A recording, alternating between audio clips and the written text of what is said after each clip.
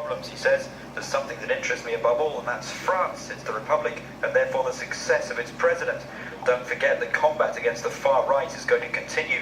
So for the parliamentary elections, we must all be careful, and that's why there'll need to be agreements to prevent the National Front from winning in some constituencies.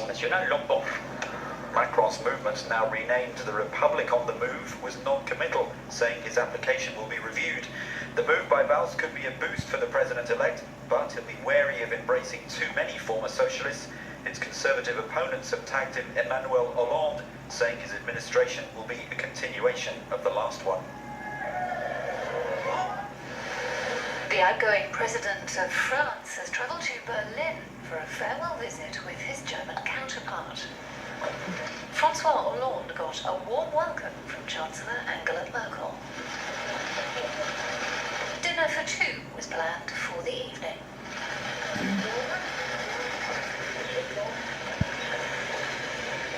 Merkel says she's delighted at the victory of the pro-business, pro-Europe Emmanuel Macron in France's presidential election on Sunday. Earlier on Monday, Hollande, accompanied by his 39-year-old successor, presided over a ceremony in Paris to mark the 72nd anniversary of the victory over Nazi Germany.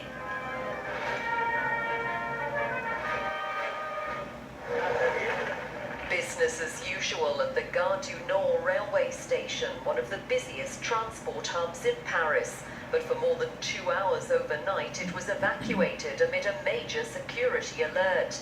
French media reports say armed police were hunting 3 men considered dangerous and thought to have arrived on a train from Valenciennes near the Belgian border. French intelligence had allegedly received information that the trio were due in the country and could be planning an attack.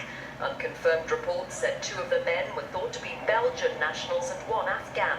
No one of interest was found. France is under a state of emergency, having suffered a series of Islamist terror attacks over the past 2 years, in which more than 230 people have been killed. Patriotic fervour on Red Square as Russia celebrates the Allied victory over Nazi Germany in the Second World War. 72 years on, feelings still run high over the sacrifices of the Soviet Union. It lost more of its citizens than any other country in the conflict, around 25 million. Today, President Putin said no force will be able to dominate our people. I congratulate you on Victory Day, when greatness is defined by the people, by their unprecedented heroic deed, the salvation of the fatherland, and heroic decisive contribution to the defeat of Nazism. Despite Moscow's tense relations with the West, Putin urged worldwide cooperation to combat terrorism and extremism. From old soldiers to young children, Victory Days marked across Russia on May the 9th because it was already past midnight in Moscow when Germany's surrender document was signed late at night on May the 8th in Berlin. South Koreans have been voting in their presidential election, looking to move on from a corruption scandal that brought down former leader Park Geun-hye and shook the establishment. The vote will end a months-long leadership vacuum. Park was ousted on charges of bribery and abuse of power and is in jail awaiting trial. The strong favourite to replace her is Liberal Moon Jae-in, who calls for a moderate approach on North Korea.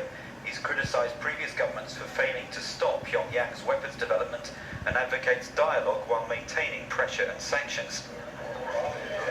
Almost